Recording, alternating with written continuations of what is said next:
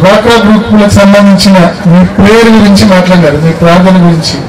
నిజంగా చాలా మోటివేటింగ్ ఉంటుంది మీ ప్రార్థన. నేను గడిచిన అనేక సంవత్సరాలుగా, మరీ ముఖ్యంగా ఈ సంవత్సరంలో అనేక సమావేశాల్లో పాల్గొన్నా. ప్రతి సమావేశం కూడా ప్రేయర్తోనే మొదలు పెడతాం.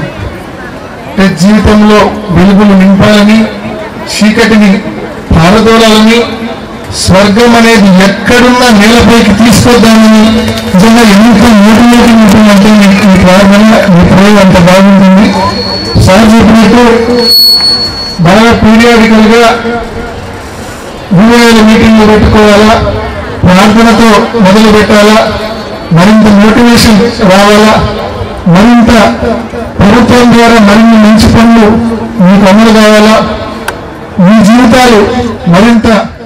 జీవితాల్లో మరింత వెలుగులు నింపాలా అన్న ఒక ముఖ్య ఉద్దేశంతో ఇవన్నీ కూడా జరుగుతూ ఉన్నాయి. ఒక్కసారి మీరే ఆలోచించండి. 2019లో జగనన్న ఎన్నికలకు వచ్చినప్పుడు 2019 ఏప్రిల్ నాటికి మీ మొత్తం రుణం ఎంతైతే ఉందో ఆ రుణం మొత్తాన్ని 26,000 కోట్ల రూపాయల రుణం ఉండింది. 2019 ఏప్రిల్ నాటికి డ్వాక్రా గ్రూపులకు సంబంధించిన రుణం. ఆ రుణం మొత్తాన్ని 4 విడతల్లో మొత్తం తీరుస్తాను, మళ్ళా తిరిగి ఆ డబ్బు మీకు ఇస్తాను అని ఏదైతే హామీ ఇచ్చారో ఆ హామీ ఇచ్చిన విధంగా మరి ఇప్పటికే 3 విడతలు చెల్లించారు. మరి ముఖ్యంగా అంటే ఒక్కొక్క విడత దాదాపు 6,500 కోట్ల రూపాయలు ఒక్కొక్క విడత. ఆ రకంగా 3 విడతలు చెల్లించారు. ఇవాళ 4వ విడత దాదాపు మరి మరొక 6,500 కోట్లు. నిజంగా చాలా గర్వంగా సంతోషంగా ఉంది. జగనన్న మీ అందరికీ ఏదైతే హామీ ఇచ్చారో, మాట ఇచ్చారో ఆ మాట నిలబెట్టుకునేందుకు మా అందరికి కూడా చాలా సంతోషంగా గర్వంగా ఉందని చెప్పి మీకు తెలియజేస్తా ఉన్నా. నిజంగా ఒక్క వైఎస్ఆర్ ఆసరానే కాదు, వైఎస్ఆర్ చేయూత కావచ్చు, ఈబీసీ నేస్తం కావచ్చు, అమ్మఒడి కావచ్చు, 3,000 రూపాయల పెన్షన్ కావచ్చు, ఈ రకంగా ఎన్నికలప్పుడు చెప్పిన ప్రతి హామీని, ప్రతి వాగ్దానాన్ని జగనన్న మరి నెరవేర్చిన పరిస్థితి మనం చూస్తా ఉన్నాం. మీరే ఒక్కసారి ఆలోచించండి. 2019 జనవరి మాసంలో పెన్షన్ ఎంత వస్తా ఉండింది? 1,000 రూపాయలు వస్తా ఉండింది. 2024 జనవరి మాసంలో పెన్షన్ ఎంత వస్తా ఉంది? 3,000 రూపాయల పెన్షన్ వస్తా ఉంది ఇవాళ మనకు.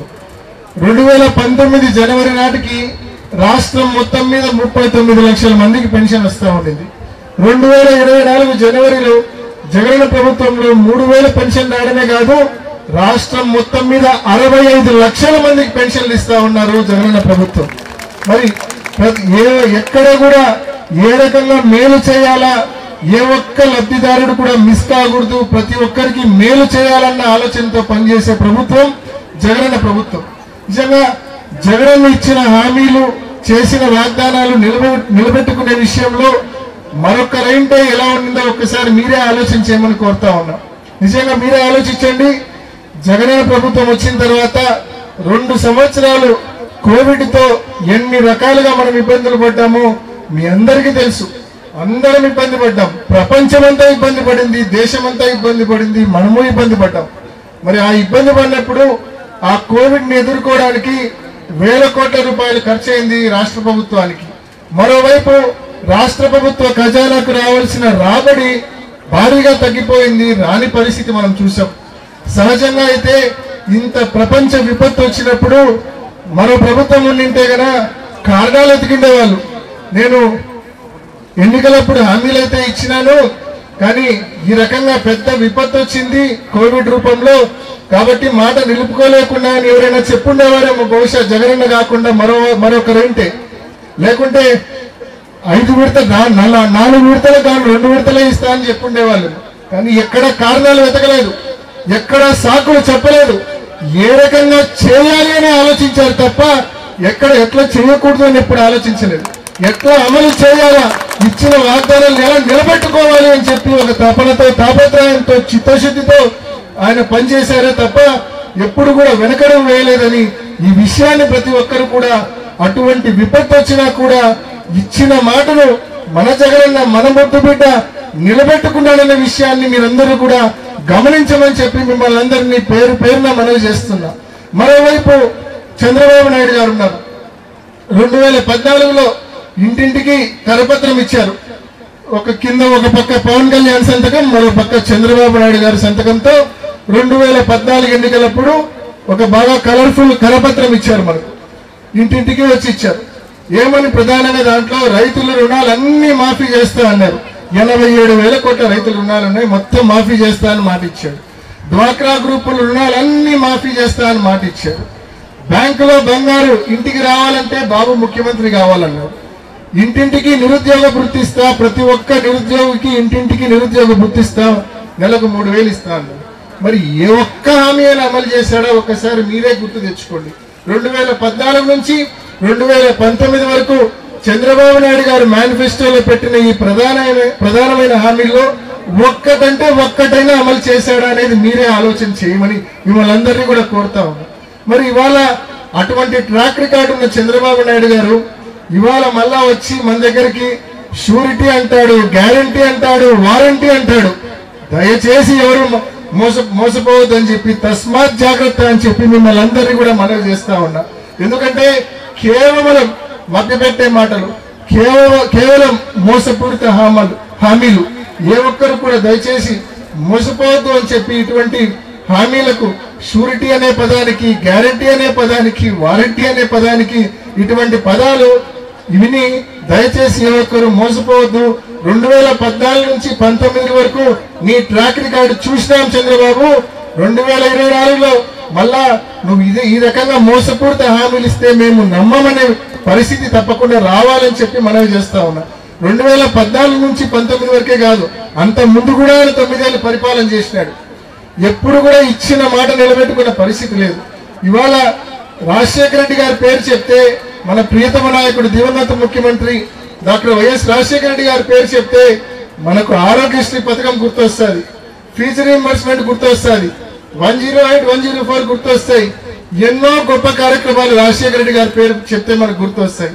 అదేవిధంగా మన ప్రియతమ నాయకుడు జగన్మోహన్ రెడ్డి గారి పేరు చెప్తే అమ్మఒడి గుర్తొస్తుంది, ఆసరా గుర్తొస్తుంది, చేయూత గుర్తొస్తుంది, విద్యా కానుక గుర్తొస్తుంది, నాడు నేడు కింద మారుతున్న బడుల పరిస్థితులు మనకు గుర్తొస్తాయి.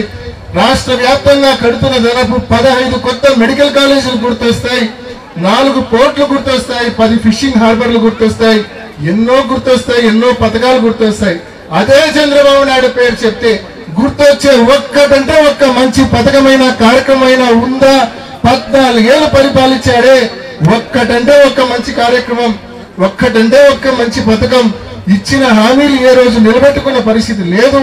దయచేసి ఇవన్నీ కూడా 14 ఏళ్ల ట్రాక్ రికార్డును ప్రతి ఒక్కరు కూడా గమనించమని కోరుతా ఉన్నా. ఇవాళ ఆయన ట్రాక్ రికార్డు బాగలేదు కాబట్టి ఈరోజు ఆయనకు తోడుగా ప్రత్యక్షంగా పవన్ కళ్యాణ్ కలుపుకున్నారు. మరో భారతీయ జనతా పార్టీని కలుపుకునేదానికి పోయి కాళ్ళ వేళ పడుతూ ఉన్నారు, మీరంతా చూస్తా ఉన్నారు. అదేవిధంగా పరోక్షంగా కాంగ్రెస్ తో, సిపిఐతో, సిపిఎంతో కూడా పొత్తులు పెట్టుకున్నారు. మరి ముఖ్యంగా ఎల్లో మీడియా మద్దతు ఎట్లా ఆయనకు ఉండనే ఉంది. మరి ఎల్లో ఈ TV9, TV5, ABN, ఈనాడు వీళ్ళ మద్దతు ఎలాగో ఉంది. మరి ఎల్లో మీడియా, అదేవిధంగా పవన్ కళ్యాణ్, భారతీయ జనతా పార్టీ, మరోవైపు పరోక్షంగా కాంగ్రెస్, సిపిఐ, సిపిఎం, ఇంతమందితో ప్రత్యక్ష పరోక్ష పొత్తులు పెట్టుకున్నాడు చంద్రబాబు నాయుడు. ఇంతమంది స్టార్ క్యాంపెయినర్లు ఉన్నారు ఆయనకు. మరి జగన్మోహన్ రెడ్డి గారు ఈ మధ్యనే చెప్పారు, తనకున్న స్టార్ క్యాంపెయినర్లు జగన్మోహన్ రెడ్డి గారు ఒక్కడే, 1 versus against all odds. Jaganmohan Reddy గారు versus Chandrababu Naidu and his partners and yellow media. Jaganmohan Reddy గారి ధైర్యం ఏంది, జగన్మోహన్ రెడ్డి గారి యొక్క నమ్మకం ఏంటంటే మీరే జగన్మోహన్ రెడ్డి గారి ధైర్యం, మీరే జగన్మోహన్ రెడ్డి గారి నమ్మకం. ఎందుకంటే ఆయన స్పష్టంగా చెప్పాడు, నా పథకాల వల్ల లబ్ధి పొందిన ప్రతి ఒక్కరూ నా స్టార్ క్యాంపెయినర్లే. బహుశా దేశంలో ఏ రాజకీయ పార్టీకి కూడా ఇన్ని కోట్ల మంది స్టార్ క్యాంపెయినర్లు బహుశా ఉండరు అని చెప్పి జగన్మోహన్ రెడ్డి గారు చెప్పారు. కాబట్టి జగనన్న మీ పైన ఏ నమ్మకం అయితే పెట్టుకున్నారో స్టార్ క్యాంపెయినర్లుగా మీరు జగనన్నకు అండగా నిలబడమే కాకుండా మీ గ్రామం మొత్తం కూడా, మీ గ్రామాలు మొత్తం కూడా జగనన్నకు అండగా నిలబడేలా మీరందరూ కూడా మరి పనిచేయాలని మిమ్మల్ని అందరినీ పేరు పేరున మనవి చేస్తూ, ఇంకా రాబోయే రోజుల్లో 2019లో ఏ రకంగా మీకు ఇచ్చిన హామీలు నెరవేర్చారో అదేవిధంగా 2024లో అందించే హామీలు కూడా తప్పకుండా చిత్తశుద్ధితో, ఏ కారణం చెప్పకుండా చిత్తశుద్ధితో మళ్ళా మీకు మేలు చేసే కార్యక్రమం తప్పకుండా జరుగుతుందని చెప్పి కూడా మీ అందరికీ పేరు పేరున మనవి చేస్తూ, నిజంగా ఇంత పెద్ద కార్యక్రమం, ముఖ్యంగా సింహాద్రిపురం మండలంలో ఎక్కువ చీనీ రైతులు ఉన్నారు. గతంలో మనం చీనీకాయలు అమ్మాలంటే అనంతపురంలో ఉండే యార్డుకు పోయి అమ్మాల్సిన పరిస్థితి, లేదా అక్కడ నుంచి వ్యాపారులు వచ్చి ఇక్కడ కొనుగోలు చేసే పరిస్థితి, లేదా మధ్యవర్తులు వచ్చి కొనుగోలు చేసే పరిస్థితి.